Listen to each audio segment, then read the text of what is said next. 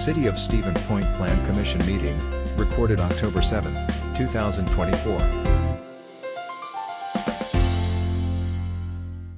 We got 6:01, so in the absence of Mayor Wiesa, I'll call the October 7th, 2024 meeting of the City Plan Commission to order.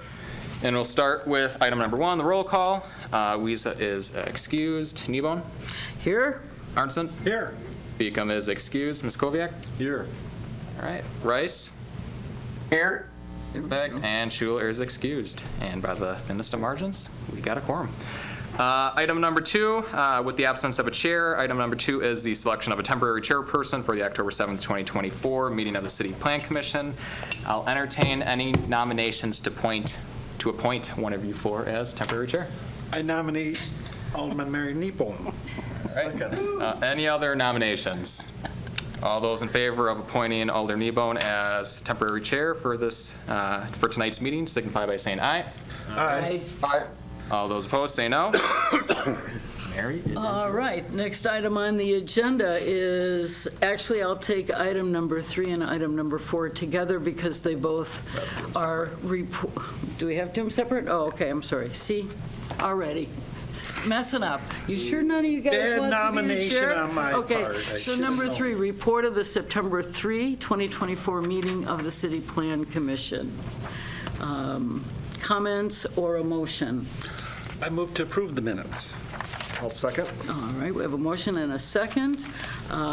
Any questions?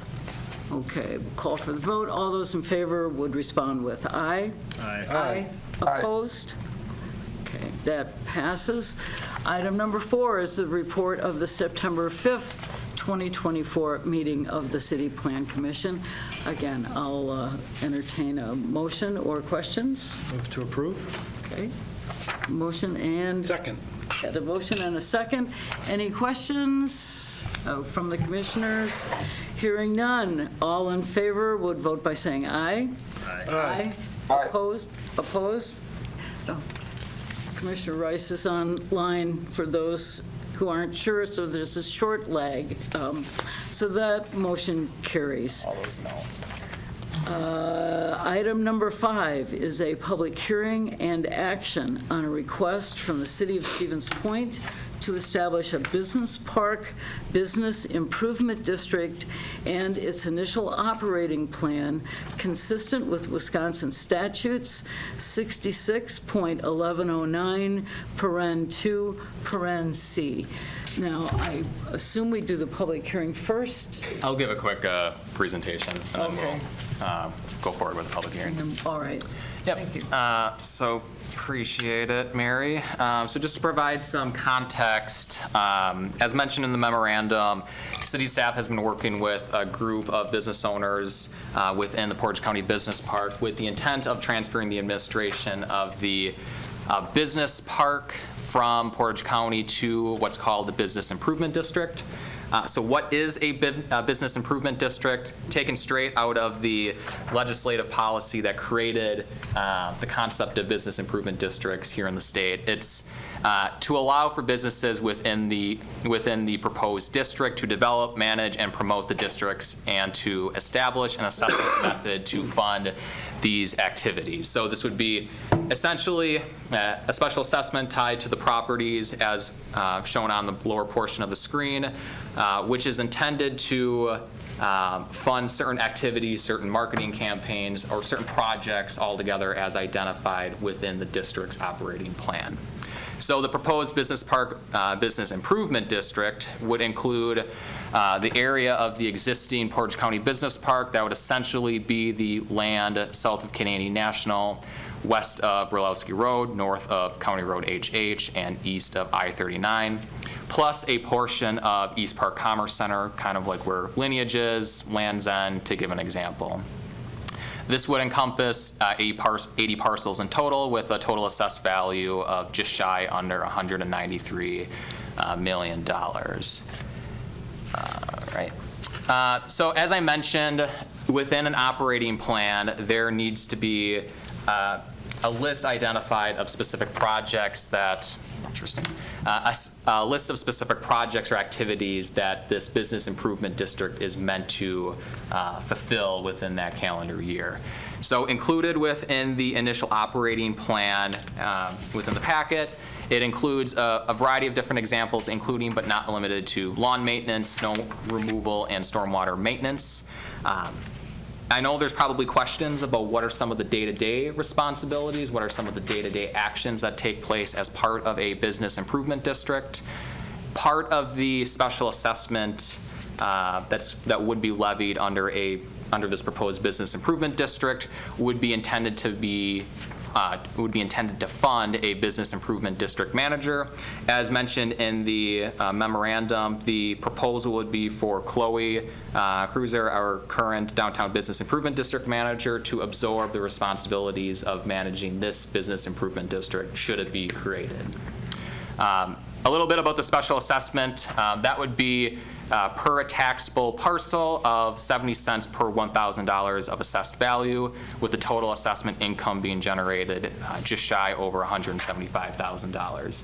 And that comes up to be the same number as the estimated list of proposed expenses that would be assembled within 2025. So just a little bit about the legalese. I know we went through this about a year and a half, 2 years ago now for the creation of the Downtown Business Improvement District. But what is the process of creating a business improvement district and its initial operating plan? It would require, first and foremost, approval by this body with a public hearing being held during this meeting. There's also a notification requirement, so every property owner located within the proposed business improvement district boundary is required to receive a copy of the initial operating plan via certified mail. That has already been fulfilled. Those were sent out about 3 weeks ago now. Should this commission recommend approval of the district creation and the operating plan, it would kickstart a 30-day window where impacted property owners may dissent from the request. And what that essentially means is they would have to file petition statements saying, we object to this proposed district and its operating plan. If more than 40% of the assessed value is represented as part of a petition to dissent from the district creation, then essentially it's put on hold. If there's not a dissent reaching that limit, then this would be on the Common Council agenda in November, not in October, just to give, again, the 30-day window where impacted property owners could dissent. So I know I gave you a lot there. I think before we go to the public hearing, if there's any clarifying questions about really what a business improvement district is, we'd be happy to take it. Otherwise, we can get started with the public hearing. I do have a question. For the special assessment per taxable parcel, are those parcels in the BID, or is that all taxable parcels in the municipality, Stevens Point? Just within the district. All right. Any other questions? Commissioner Rice, do you have any questions? No, not at this time. Okay. So I'll open the public hearing on the intent to establish a business park, business improvement district, and its initial operating plan. So the public hearing is now open. Anybody that has comments, come on up to the podium, name and address for the record. We have to announce this 3 times. So the public hearing is open. The public hearing is still open. Okay. Seeing no comments from the public, I'll close the public hearing and take it back to the commission. Any questions or discussion, motion? Commissioner Aronson. How is the downtown business district doing? I don't know if it's directly relevant, but that was kind of new. I remember going through it. And did we learn anything? How is that going? This is apparently modeled after that.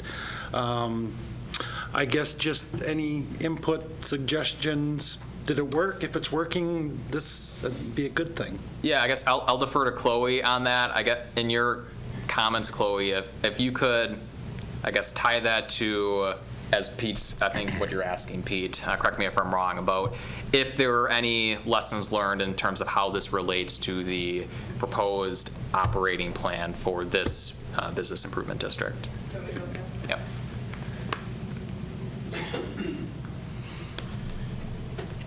Hello, thanks for that question. So my name is Chloe Cruiser. I work for the Business Improvement District downtown Stevens Point. So this Business Improvement District, I guess the purpose is slightly different. So this is very maintenance focused, very, stormwater maintenance. You have the snow removal, you have that upkeep, that parcels to create that kind of housing association feel. It's very polished. The downtown business improvement district is very successful, and it's the first time that all these business owners and property owners can be under this cohesive vision and voice. So downtown's purpose is to revitalize it, and it's a historic district, so it's preserving it as well. And we've seen and heard a lot of positive feedback, just sending out resources to the businesses, the small businesses, and that's another major difference is you have small businesses and you have big businesses, right? So it's being that resource pool, but it is very successful, and even though the points of the two are different, at the foundation level it is the same, and it's providing those resources. So yeah, answer it. Is there an idea, right, I saw that this is mainly maintenance, and that makes a ton of sense, just to combined efforts, but is there a long-term plan? How is, this business district, are they going to need promotions, advertising kind of support for new businesses, or is this pretty much what it's going to be, just a maintenance agreement? Yeah, so a lot of the parcels are already sold or have businesses on there, and unless the boundaries get expanded, the outreach is very different than downtown. Is a lot of recruiting and retaining the businesses, where this is more businesses that are built these buildings for their development of it. I don't know if Adam, you want to touch on the parcels a little bit? Yeah, I'll just add a little bit too. Should this business improvement district be created and the initial operating plan is adopted, every single year the business park business improvement district would have to create their operating plan for the following year. So that would be a good opportunity once you get through quarter 3, quarter 4 of a given year. If there's any challenges that they see on the horizon for the following year, if there's any specific goals or aspirations that business improvement district would want to see come to fruition, then that would be the opportunity to do so. It's not like the operating plan that's in here that's cut and dry. The goals and objectives of this operating plan is not going to be baked in every single year. It would be subject to some review if deemed necessary by the bid board. All right, good, thanks. Any more questions? Commissioner Rice, questions? Yeah, I guess maybe just a couple questions. As this is pretty different than the downtown bid, is it typical, and in this situation, were the property owners within this, these parcels, did they kind of instigate the development of this bid, or is this something that the city is kind of actively pursuing?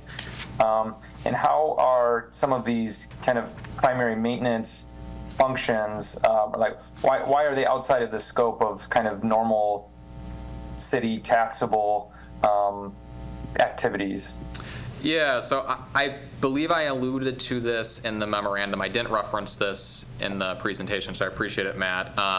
So one of the early steps that was undertaken in the creation of this operating plan, the figuring out of what that special assessment would be per thousand, that was up to a group of business owners within the business park that formed a planning committee, and we do have a few folks here in the audience from that planning committee. So I don't know if one of you wanted to touch on just to answer the first part of Matt's question.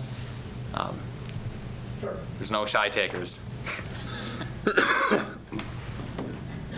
Well, I am a shy taker, but Jeff Ramlow, and I represent Skyward in the business park. The history of this was when the last property was sold by the county. At that point, it was supposed to revert to a bid, or not a bid board, a Portage County Business Park Board. And we got together, we formed a board with the approval of the county. And during that process, we met with the county and with a number of the other business owners in the district. And it became real apparent that it was a lot of work, a lot of planning that had to take place, and we didn't have a lot of experience with that. So during that process, I had some relationship with Ryan Kronowski, and we started talking a little bit about what the city's plans were for the area, what our plans were for the area, and we saw real cohesion there. We saw the ability for the people in the business park, the companies in the business park, to have an opportunity to work real closely with the city and try to fulfill some of the city's goals as well as our goals. And during that process, it just became really obviously clear to us that that symbiotic relationship between the city and the business park made a lot of sense for us. So during that process, we did, look at what the bid in the Stevens Point downtown bid was, and saw a lot of similarities there on how things worked. And foremost, we really wanted to have a situation where the businesses in the park had a voice.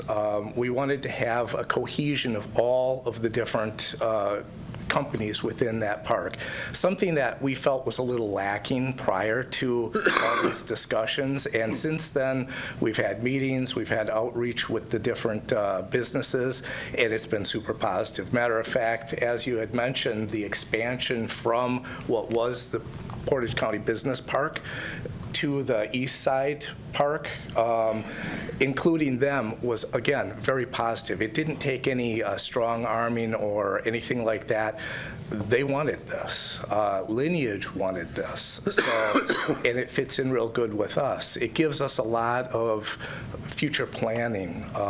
And as one of your questions earlier, what does it do for the future?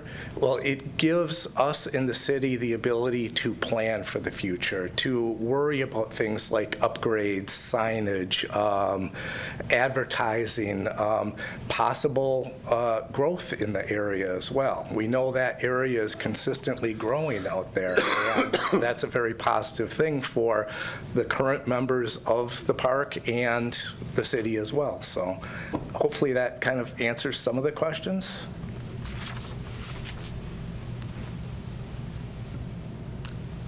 Awesome. Anything else? I'm good. We'll see if Matt's satisfied. I was going to see if, wait and see if, No, I have no further questions. Thank you for all that context. Okay, thank you. okay, any other questions from the commissioners? So I would entertain a motion. I move to approve the proposed business park, the business improvement district, and its initial operating plan. All right. I'd second. All right. Okay, we have a motion and a second.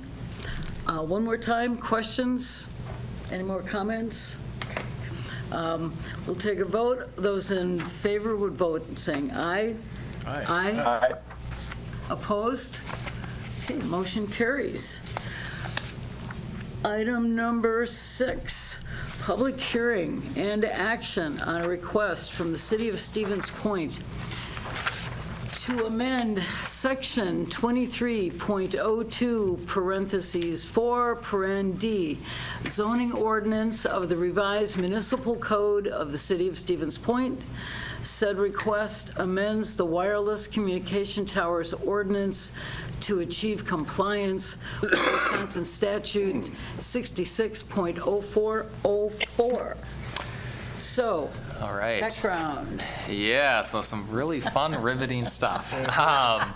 So back in 2013, there was some legislation that got adopted and signed by whichever, I think Governor Walker at the time, that really outlines some regulatory provisions for how municipalities regulate cell towers within their jurisdiction. Within this act, to say pretty bluntly, it pretty restricted a municipality's ability to regulate the installation of new towers as well as improvements on existing towers. Some of the examples I have are shown on the screen here. So it limited a municipality's ability to prohibit cell towers outright, and it also required certain improvements, for the example, Class 2 co-locations, to be permitted by right, i.e. not requiring any approvals by this body and the council. It included the need for definitions for the term substantial modifications of a tower, and then defining what Class 1 co-locations are and Class 2 co-locations.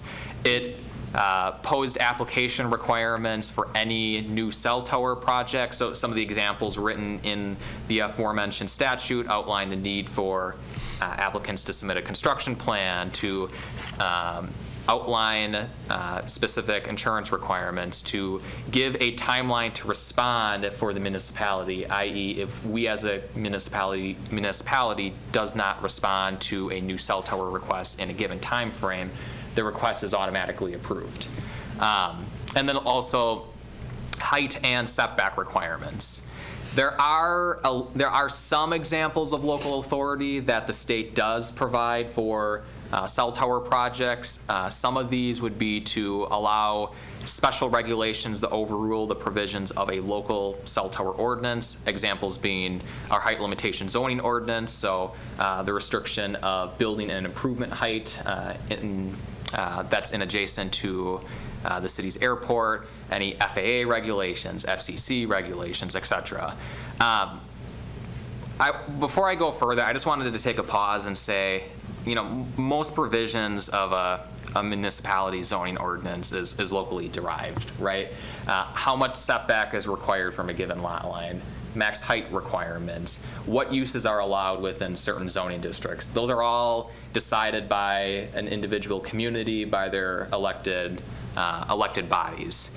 There's very few examples, this cell tower ordinance being the one example, where a local jurisdiction is pretty limited in terms of what it can restrict. So you see a lot of the provisions that's included within the proposed ordinance, it's taken straight out of the statute, right? We have no say per se in terms of what we can require and what we cannot require. It's just copied verbatim from what the state says we have to do. So as alluded, right, this Act 20 was adopted in 2013, some 11 years ago. Part of it's boo-boo on us for not amending our zoning ordinance at the time to reflect that change. But ultimately, what I will say is, for the co-location requests that we've had over the last 7 years, or over the last 11 years, we've still been reviewing those requests pursuant to state law, not pursuant to our zoning ordinance. So this request is merely to make sure our zoning ordinance is in alignment with what the state already says through state stats. Last thing I'll say before kicking it back to the commission for a public hearing, there were some comments I received specific to subsection 3, sub B, sub 3, and subsection 8, really just asking for a little bit more clarity. Those, again, were taken straight out of statute, but I can tweak the language slightly just to make it a little bit more clear in terms of what it means. And then there's also another section where the term district is used instead of distance. So that'll be amended as part of the approval should it be granted. So with that, I'll kick it back to you. Okay, any questions before we go to public hearing? Commissioner Rice, before we go to public hearing, any questions? They're fine. I'll take No, none at this time. So we'll open up the public hearing on a request from the city of Stevens Point to amend section 23.02, paren 4, paren D, the zoning ordinance of the Revised Municipal Code of the City of Stevens Point. Said request amends the Wireless Communication Tower Ordinance to achieve compliance with the Wisconsin statutes 66.0404. Sounds to me like it's basically just housekeeping to get us in compliance. So public hearing is open. For the second time, public hearing is open. For the third time, public hearing is open. Hearing and seeing no comments, then we'll bring it back to the commission. Any comments or questions or a motion? I just recall we have approved a tower or two, and as you say, that followed the state guides. Is there any personalization that the city put into this, or is it, I mean, was there anything the city wanted to carry through on their previous ordinance, or is this just signing on to state rules? Yeah, I mean, to be blunt, the only section of our current ordinance that was carried over with some modifications was our purpose and intent statement. So this would be the top of the very first chunk, sub D, sub 1. Otherwise, everything else was new to reflect what the state says we can do. So. She was on the floor, sitting there. Anybody else? He was sitting next to me, propped up on blankets, having. Sorry about that. Okay, let's see, so we have a motion and a second, I believe. Do we not? Move to approve the amendment to Wireless Communication Towers Ordinance. I'd second. Okay, sorry, I thought we had one already. So we have a motion and a second, so I'll go to the vote. All those in favor, vote by saying aye. Aye. Aye. Any opposed? Okay, that motion carries, is approved. Item number 7, request from PJ Thieren, representing UW Credit Union for a site plan review to construct a principal structure on the property located at 5605 US Highway 10 East, parcel ID number 281240836. 2300003, consistent with Chapter 23.02, paren 2, paren E, paren 5. And just for the sake of transparency, there was a time in my life I was an employee of the UW Credit Union. You know, if I'd had a better boss, since I see him sitting here. Actually, working with Matthew was fantastic. And they also hold all my financial accounts. So, but I did reach out to our city attorney on whether or not that was grounds for me to recuse myself, and he has assured me that it is not. So, but I did want to mention that just out of transparency, and because I think it's probably the right thing to do. So with that, we'll open it up for some review from our fine city staff person here. Thank you, Mary. So the applicant, the request before you is to construct 4,975 square foot building on the subject property. This would be the southeast corner of US Highway 10 and Burlowski Road, the former Applebee's site. This proposed building would house UW Credit Union. There are some renderings and obviously the plan submittal within the agenda packet that just provides a glimpse as to what this proposed building will be. Some of the site amenities besides the building itself would be some drive-through teller machines situated to the east of the proposed building and access off of that shared driveway along the south lot line. So just a little bit about why this request is before you folks. So the proposed use as a drive-through financial institution, that is permitted by right within the B5 Highway Commercial District, the zoning designation for the property. However, for any new development within the B5 district, a site plan review would be required for this request. So really focusing on items such as internal traffic flow, access into the property and out of the property, parking, items like that.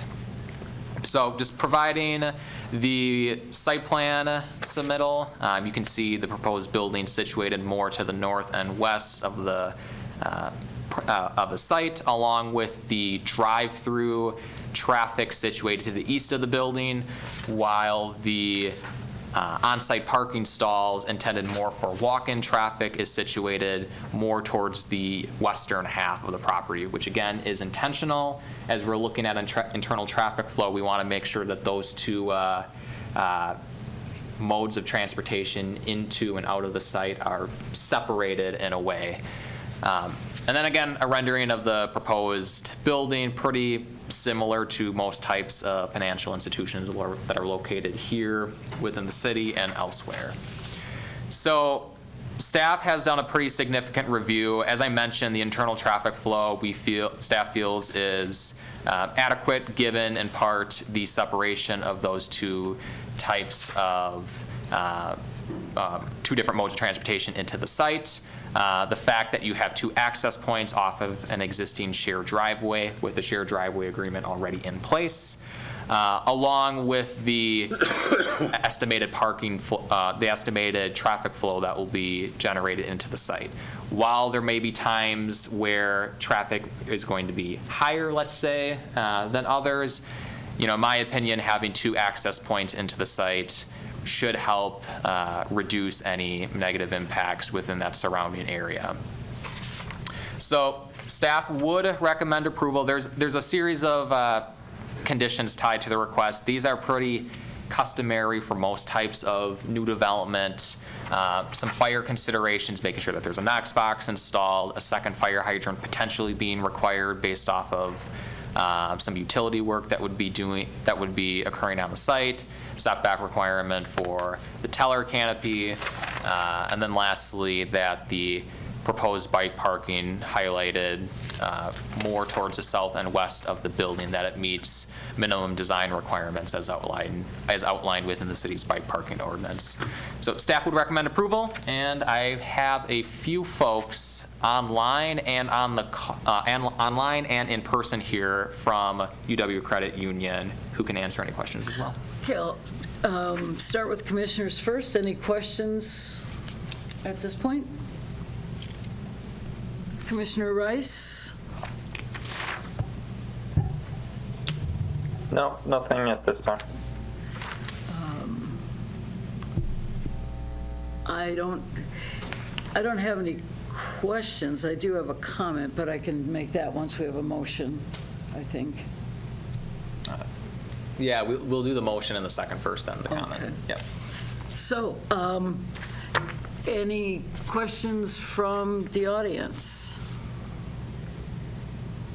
Okay, I would entertain a motion then. I motion to approve the site plan Okay. for the UW Credit Union. Second. All right, we have a motion and a second. The only comment I have, looking at the amount of glass on the building, it's not a requirement, but I would highly suggest doing something to prevent bird strikes. There's things you can put on windows that basically you don't see, but the birds will. And it's one of the big killers of birds in the area. And since we're a big bird city and a high flyer bird city, I'd ask that you consider it, but it's not a requirement for the construction. So with that, any more questions or comments from anyone before we entertain the vote? Okay, well, I'll call for the vote then. All those in favor of the motion would vote by saying aye. Aye. Aye. Aye. Opposed? Hearing none, motion carries. Thank you very much. I will say I'm excited to have you not only in my Alder district, but my neighborhood. Be a lot closer for me. it'll get people, you know, out into the east side of town. We do exist out there. Item number 8, a request from Brian Sharon representing ENT Holdings LLC for a site plan review to exceed the maximum allowance of on-site parking spaces on the property located at 5509 Vern Holmes Drive, Parcel ID number 281-230-802-400410, consistent with Chapter 2301, 23.01, paren 17, paren C, paren 4. Mr. Kuhn. Thank you, Mary. So the applicant is proposing to construct a 11,030 square foot ear, nose, and throat clinic on the subject property. This would be just east of the Portage County Business Council, just west of Nicolay Bank. The proposed use as a medical clinic is identified as a permitted use within the M1 Light Industrial District. Within the packet, I did include the full plan set. That full plan set has been reviewed by both city staff and county staff. From the latter's point of view, from the county, their role is to review the project for consistency with the business park's deed restrictions and protective covenants. Their review determined that all applicable provisions through those DRPCs are met. The proposed plan also would meet applicable zoning ordinance provisions, either on its face or by way of conditions applied internally with the development team. There would be that one exception that I referenced in the memorandum, and that would be the number of on-site parking spaces that are provided. So to provide a little bit more of context, so within our zoning ordinance, we break down what's called minimum parking ratios. And what that is every single land use here in the city, there's a minimum number of parking stalls that are required based off of some metric. Most situations, it's based off of the amount of floor area that's provided within the building. In some instances, like industrial uses, it's based off of the number of employees. So for this project, like any new development, one of the things that I would look at is what's the proposed on-site parking spaces that's being offered, and comparing that to how much is required by way of our ordinance.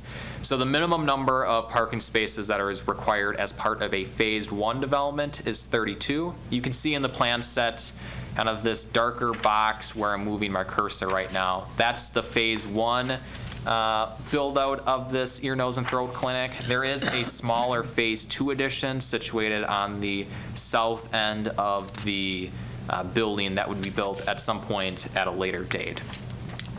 So just with the phase 1, the minimum stalls that would be, the minimum stalls that are proposed would be 54, and then when coupling both phase 1 and phase 2, the total number of parking stalls that's proposed would be 63. So this 54 parking spaces, or the 63 proposed parking spaces, would include the total number of parking stalls that are proposed as part of the phase 1 and phase 2 parking lot layout. So a little bit of technical language here. So in our city's zoning ordinance, whatever that minimum number of parking stalls that are required, applicants have to meet that at very least. Folks are allowed to exceed whatever that minimum number is. However, applicants cannot exceed 150% of what that number is, unless a special exception is granted by this commission and the council. So the request for this is, again, to provide 63 parking spaces right away. That would exceed the 150% threshold as part of the phase 1 build out, but would fall under the 150% threshold once the phase 2 build out is constructed as well. And so the applicant is looking more from a timing standpoint, more from a cost standpoint, to construct all the parking spaces at once, so that when the time comes in the short term to construct that phase 2 addition, that half of the labor essentially would be already completed. What I will say before kicking it back to the commission is that this was a similar request that was brought before this group about maybe 3 years ago now for GI and Associates just north of this site within the business park. They went before this body asking for more than 150% of parking spaces that's required as part of a planned Phase 2 addition. So since this commission and the council granted that exception for GI and Associates a few years back, I think it would be only right and only fair to, at least from my perspective, to recommend approval for this ear, nose, and throat clinic as well. So be happy to take any other questions, but staff's recommendation would be to grant the deviation as recommended. Okay, comments from the commissioners, questions? Meaning I have we have a to have a good question. reason to deny this or request changes. Has to be. Yeah, I think part of it's from at least for me personally, is from a precedent standpoint, from a fairness standpoint. If a similar request was considered and ultimately accepted for a project a few blocks north for the same reason, I have a hard time, at least me personally, playing a different tune. So ultimately, it's up to you folks. I had a quick question. Sure. Yeah, I understand the kind of potential cost savings and just, there's usable space there, so kind of filling out potential parking in a single phase from an efficiency standpoint makes sense. Has the applicant expressed a need for this many parking spaces for staffing, patients, guests of patients, et cetera, or is this simply kind of, no, this is the usable space, and so it just kind of makes sense? Yeah, they haven't. I don't know if there's any folks on the call from the. Oh, thank you. Yeah, I'll defer to you. I can answer it, but might as well be best to hear from you. I'm Brian Sharon, representing ENT and Allergy Associates. We are the design builder for the project for them. Yeah, we did address the parking needs kind of right up on the front end of this. It wasn't really based on the room that was there, but it was based on their patient flow. Part of their clinic is the allergy side. Patients come in every 10 minutes, get allergy shots. They have to stay there for between 30 and 60 minutes just for reactions. So their waiting rooms at times get full, much more than just a typical clinic would. They have a clinic in Wausau that does the same thing. And so just based off of that need alone, we felt that we would, need this parking, right away, so. Appreciate it. Thank you. Anything else, Commissioner Rice? As long as. No, I think that was kind of my primary question. I know, we've pushed at times to, be thoughtful about how much pavement we include in some of these projects, and sometimes there's an opportunity to keep that minimal. But I can understand when there is a practical need for maybe, what would be beyond kind of design standards, and it sounds like, again, that maybe patient flow is going to be a significant reasoning for this request. And I would like to make a note too. We were very conscious about the green space and the paved impervious area. We wanted to make sure we stayed below the 50%, which was a Portage County Business Park ordinance. So we are underneath that threshold, even with this additional parking. So. Any questions from the audience? Commissioners? I got a question. The maximum allowance then is 150% of the minimum. Is that what we're saying? And that they want to go over that for this phase, but then with the new phase, it would be under that, which wouldn't require any approvals. Correct. All right, good. Yep, no, I'm good. I'd move to approve. Okay. Second. All right, we have a motion and a second. Any other comments before the vote? Okay, all those in favor, vote by saying aye. Aye. Aye. Opposed? Hearing none, the motion carries. Thank you very much. Item 9, presentation and discussion on the draft historic preservation plan. Mr. Kuhn. Thank you, Mary. So as folks on the commission may recall, some month earlier this year, I presented to you folks the initial concept of what I, along with our Historic Preservation and Design Review Commission, was looking to do as part of this long-range planning document. The intention why I ultimately wanted to include you folks in the conversation. 2 reasons. One, when the time comes that we would want to take action on the planning document, you folks would be required to take action on it. And the second reason is just naturally there's going to be some elements, as I'll talk about in a little bit, where this plan, this commission is going to would have to take the lead on it, just since it would be outside of the scope of our Historic Preservation Commission. So just for the first minute or two, I just wanted to kind of step back again and talk about what is a historic preservation plan, just so that's kind of fresh on the mind. So what is a preservation plan? It's intended to be a long-term planning document outlining specific goals, objectives, and policies on targeted preservation topics, really similar to that of a comprehensive plan as we've talked about last month or 2 months ago.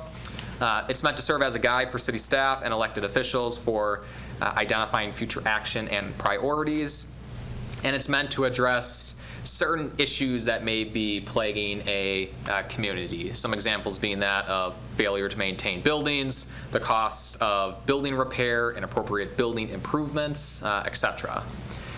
So naturally, when any community goes forward with a long-range planning document, the first question that should always be asked is the why. Why are we looking at creating this?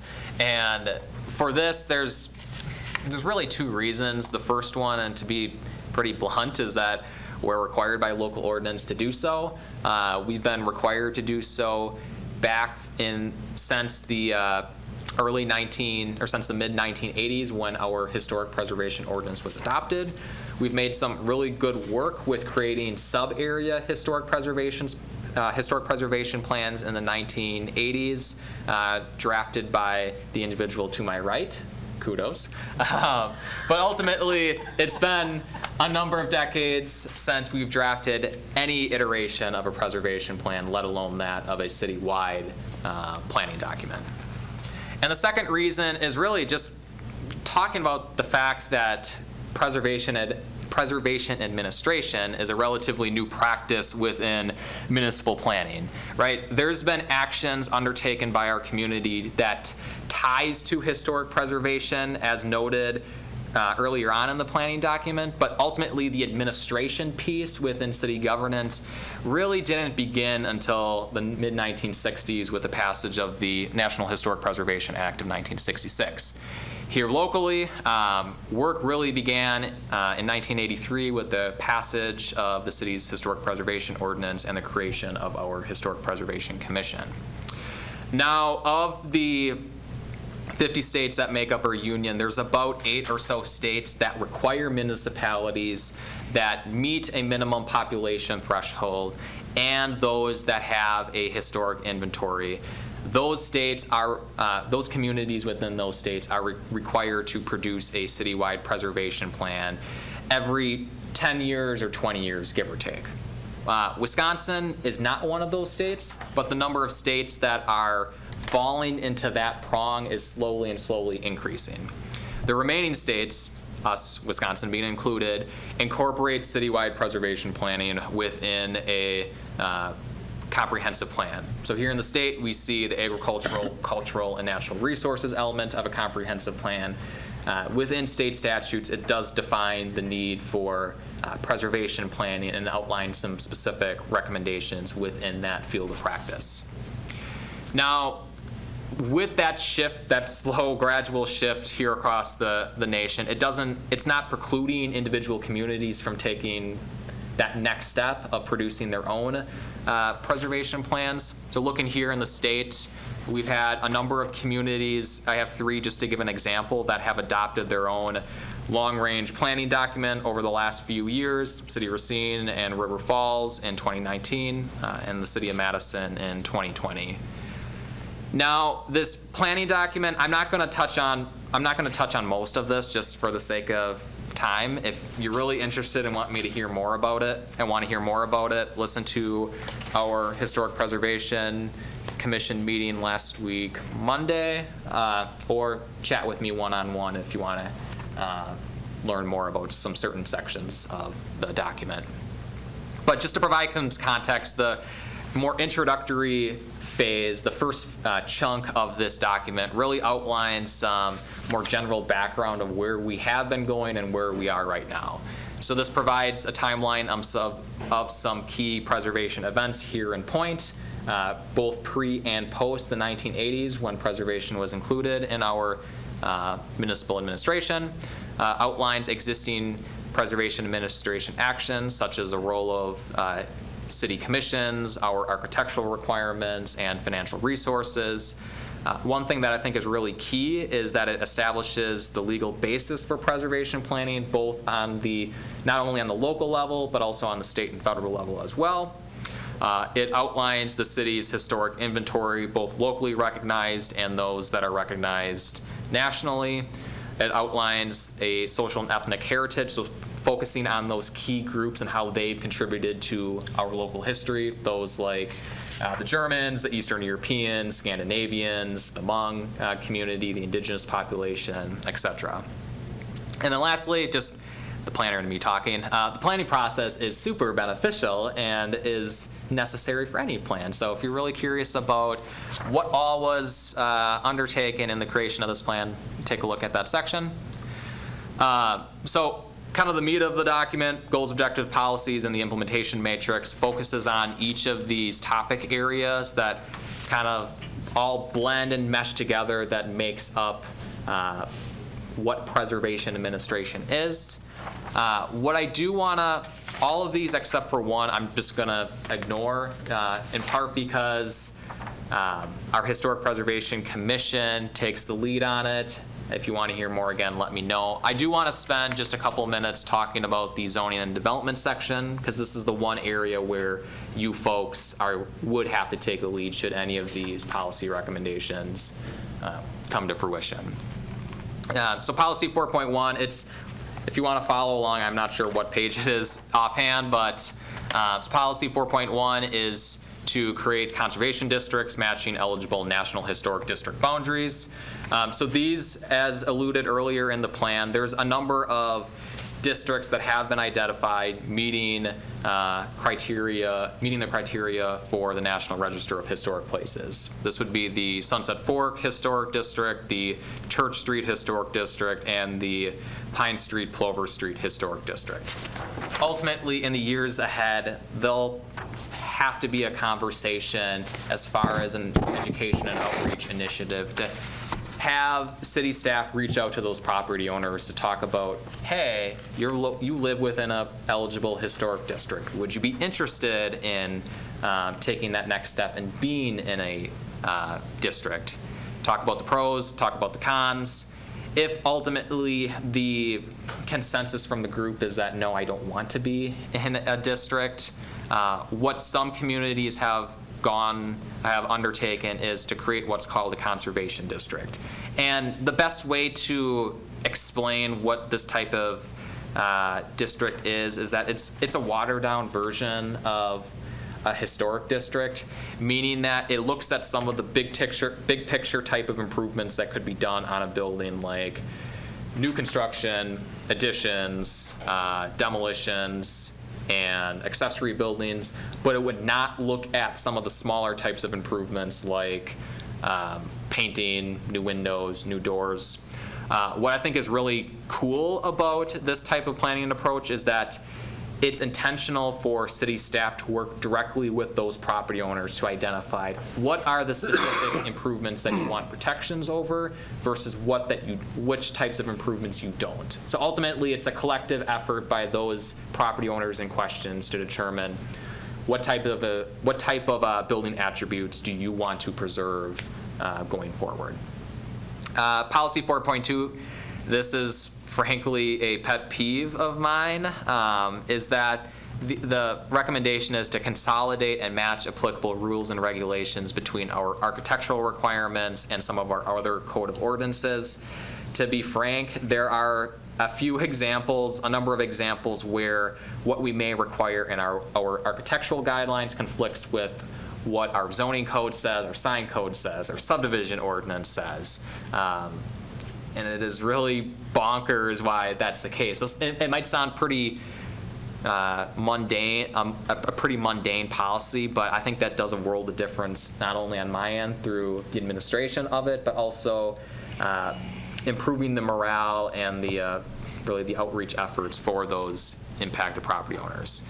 Policy 4.3, amend the downtown district future land use criterion in our comprehensive plan to prioritize mixed-use development among historic buildings along Main Street and Clark Street. This was a comment brought by Commissioner Beacom, which I know is not here, but essentially he asked, hey, with this downtown district criterion in our comprehensive plan, if somebody would want to buy a building, a historic building in Main Street, and convert the first floor commercial suite into housing, is there anything that would stop them? And my answer is no. I mean, technically our comp plan doesn't identify that, say, the first floor has to be or should be that of a commercial use instead of a residential use. And so this policy recommendation is saying, hey, for that first floor, we want to promote non-residential uses.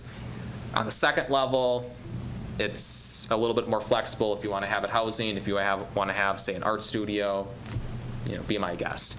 But the intention is more, again, just for that first floor use amongst those historic buildings in Main and Clark, along Main and Clark Street. Policy 4.4 and 4.5 go kind of together. There were a number of comments raised through the public participatory process asking for rooftop activation amongst our historic buildings. And I'll be the first to say, at least for our existing buildings, it's going to be pretty difficult just based off of where the mechanical equipment is located on those buildings to actively promote the utilization of those roofs. But when we're looking more so for new development, that every effort should be made to try to incorporate some rooftop activation. It could be as something as small as a rooftop garden. It could be something as large as, say, a rooftop restaurant that you see in a lot of communities. And then the last policy, the 4.5 that I mentioned, is really kind of encouraging those vacant second floors located within our historic buildings to try to make them occupiable for residential use, to try to meet the city's affordable housing demand. So the purpose of this presentation and ultimately the discussion that we may have afterwards is to really solicit some feedback that you folks may have about the zoning and development section specifically, or other comments about the planning document as a whole. So I think I'll kick it back to the crew first if there's questions or comments or anything that you have. Commissioners. I just have the comment that, and I haven't read this closely, just kind of flipped through it, but I do like the documentation aspect of it, establishing this is what we have, this is where we've been, this is where we're at, these are inventories, this is how we got here. I think that's an interesting part of planning documents to me. I'm more of a past guy than a future guy. I'll leave the future to you guys. Appreciate it. I really love that Stevens Point is noted as a regional economic powerhouse. And you're a key component of that. It might be some word fluff, but you got to uplift us,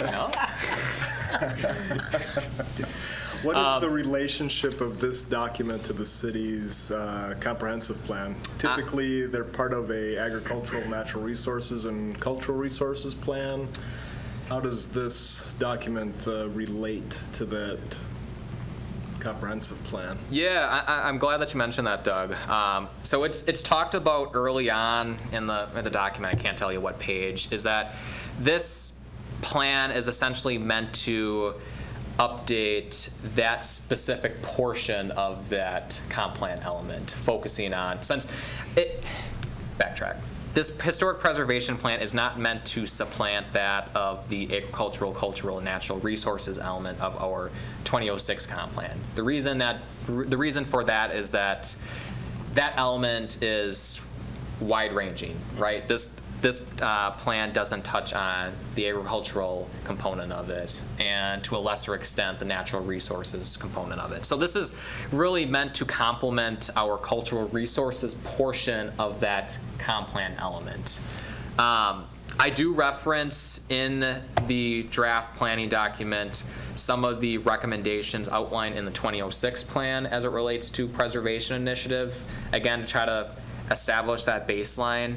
So to answer your question directly, this is really meant to really complement and provide some updated strategies for that specific sliver of our comp plan. Okay. So the idea isn't to incorporate this into the comp. Correct, it's not meant to. In part, there's a whole different approval process, as you know. All right. So. If there's no other questions, last thing I'll say, just for next steps, I do have a open house planned for, it's the last Monday of the month, Monday, October 28th at 5 p.m. over at Midstate. That'll be an opportunity for folks in the public, if they want to hear about the proposed plan, that'll be the opportunity to do so. And just for a heads up for you folks, as I mentioned, this commission would have to take action on the planning document when it's ready. My rough timeline is to shoot for December to bring that before you all, to have the public hearing and potentially take action on it. So just heads up for timeline. Anybody in the audience have any comments about the historic plan, preservation plan? Yeah, I can't believe, like, it seems like just yesterday that I was in grad school and did an internship with the city of Stevens Point in between my first and second year. And one of my jobs was to write the Clark Street Historic Preservation Plan. So that goes back to 1991 or 92, that summer in between there, when I didn't really know much about how important urban planning is. But so I'm a big fan, and I appreciate all the work that's been done by city staff and all the people from the public that have responded to the survey and made comments. I think a city that preserves its past helps the future go forward, because it keeps that link, and this is who we are and where we came from, and this is where we want to go forward based on those cultural and ethnic and ethical and moral opinions. So I think it's great, and hopefully it'll provide some tourism. People like to come and see interesting architecture and things like that. So that's a discussion only. So item 10, we'll finally let Mr. Lemke talk about the petition document from the Stevens Point Municipal Airport for state and federal aid. Saving the best for last. Thank you. That's right. Best for last. There's really not a whole lot to talk about unless you have questions. This is informational only. Somewhere in our petition document stuff that we get from the state, from the Bureau of Aeronautics, it mentions Plan Commission. And when we asked them what that means, they said, well, let them know. No action needed. So what we're doing is letting you know that this Thursday in our official paper, there's an ad that says there will be a public hearing at council this month. That public hearing involves us saying we're petitioning the state and the federal government for funds for airport improvements. Those airport improvements, if anybody's curious, will read runway 1230 upgrades, LED lighting on runway, the same runway, upgrading of LED taxiway lights on taxiways Alpha and Bravo, develop hangar area, construct multi-unit hangars, clear and maintain runway approaches. So it's very overarching stuff. We're having a public hearing on it. We do this about every 5 years. This time it's been longer because of our active runway reconstruction project and fencing project. Those are two big ones covered in the last petition. So this one, I think we're out 7-8 years on this one, but they're about every 5 generally. So just routine business. Any questions from the commission? Okay. I think that's it. And with that, our agenda is exhausted, and we are adjourned at 7:06 in the evening. Thank you all very much.